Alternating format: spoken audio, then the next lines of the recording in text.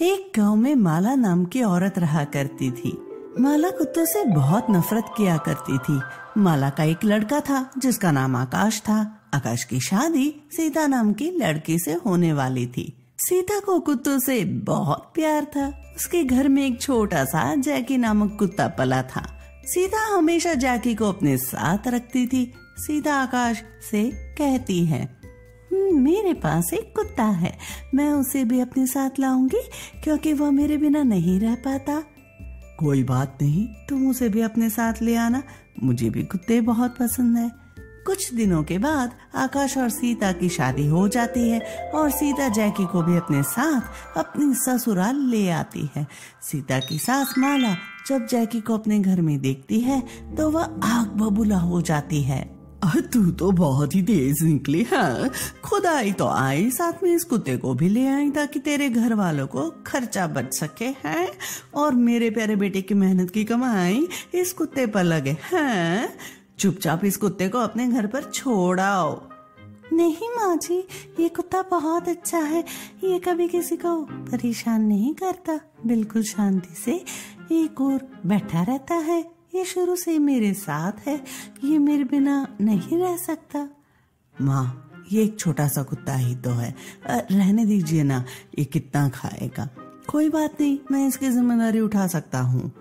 थोड़े दिनों बाद आकाश और सीता बाहर घूमने के लिए जाते हैं और जैकी को घर में छोड़ देते हैं। माँ, हम बाहर जा रहे हैं, आप जैकी का ख्याल रखना। हाँ, हम जल्दी ही आ जाएंगे। माला मन में सोचती है, मैं क्यों इसका ख्याल रखूंगी, पड़ा रहे ये कहीं भी, मुझे इसे क्या मतलब। माला जैकी को कुछ भी खाने को नहीं देती।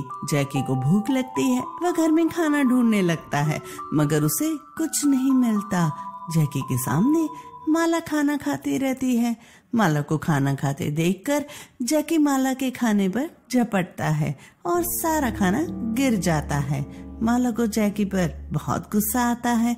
वह जैकी को घसीटकर कमरे में बंद कर देती है और उसको न खाना देती है और न पानी। जैकी कमरे में बंद अकेला खिड़की से झांकता रहता है और खाने का इंतजार करता रहता है, परंतु उसे कोई खाना नहीं देता। जब आकाश और सीता घर वापस आते हैं और अपने कमरे में जाते हैं तो वहाँ जैकी भूख से अधमरा पड़ा रहता है। सीता जैकी को उठाकर गले लगा लेती है। जैकी सीता की गोद में दम तोड़ देता है। जैकी को मरा हुआ देखकर सीता बहुत रोती है। जैकी, जैकी बेटा उठो, क्या हो गया तुम्हें, मुझे छोड़कर इतना जल्दी नहीं जा सकते, उठ जाओ जैकी। आकाश सीता को चुप करवाता है। सीता, बस करो, चुप हो जाओ, सभी को एक ना एक दिन जाना है, आज इसका दिन था, तुम दुखी मत हो, मैं तुम्हें एक और कुत्ता ला दूंगा, चलो उठ जाओ। सीता और आकाश मिलकर जैकी को बाहर जाकर दफना देते हैं। आकाश, जैकी तो बिल्कुल स्वस्थ था, फिर अचानक उसे क्या हो गया? हम तो घर पर भी नहीं थे, बस माँ ही थी, घर पर उनसे ही पूछते हैं। आकाश और सीता माला के पास आए। माँ, जैकी को क्या हुआ था? आप तो घर पर ही थी, आपको तो पता होगा अचानक उसे क्या हुआ जिसकी वजह से वह आज इस दुनिया में नहीं। अरे ये तुम दोनों मुझसे क्यों सवाल कर रहे हो? अब क्या मैंने उस कुत्ते को घर में लाया था? मैं क्या जानूं क्या हुआ होगा, उसे कोई बीमारी मर गया इसलिए। माँ जी, कृपया करके मेरी जैकी के लिए ऐसा ना बोले। हाँ, ठीक है, मुझे भी कोई शौक नहीं, अब जाओ तुम दोनों, यहाँ आराम भी नहीं करने देते ये लोग मुझे।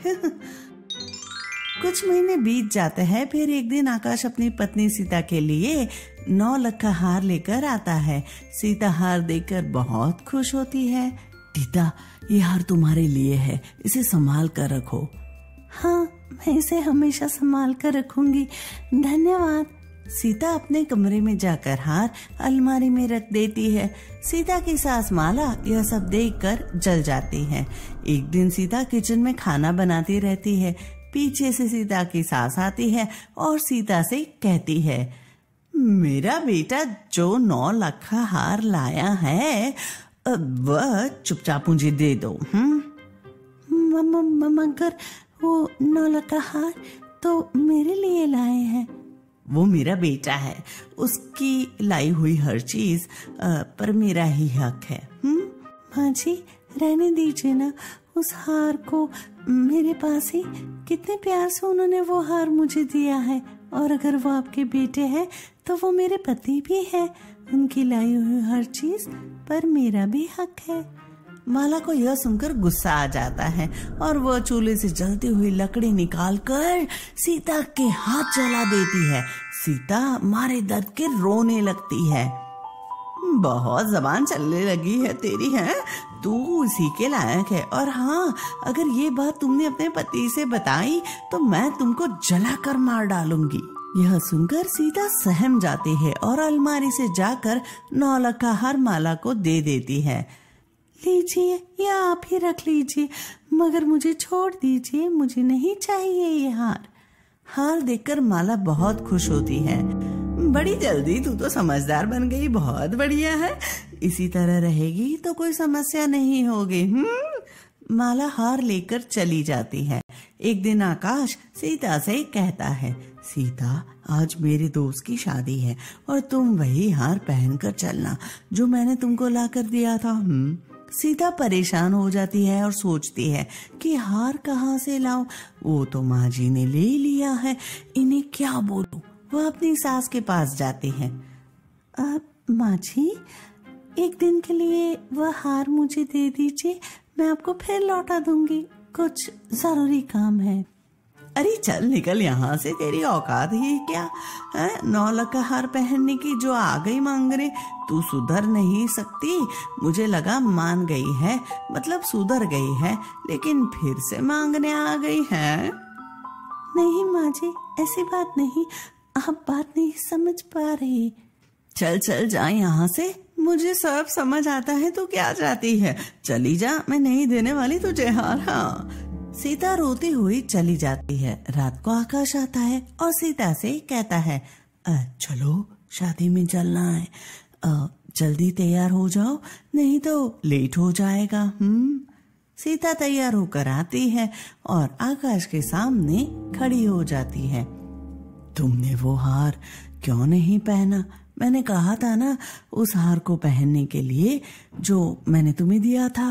वो हार मिल नहीं रहा है, अब मैंने खोजने की कोशिश की लेकिन वह मिल नहीं रहा। क्या तुमने उस हार को खो दिया? मैंने कितने प्यार से तुम्हें वो ला कर दिया था, तुम उसे संभाल नहीं सकती। आकाश गुस्सा हो जाता है और शादी में नहीं जाता है। रहने दो, अब मेरा मन नहीं कहीं जाने का, मुझे नहीं जाना शादी में। आकाश से माला कहती है, बेटा सीता ने वो हार अपनी बहन को दे दिया और वह धीरे धीरे सारा गहना अपने मायके भिजवा रही है। ऐसी औरत को तो घर से निकाल देना चाहिए।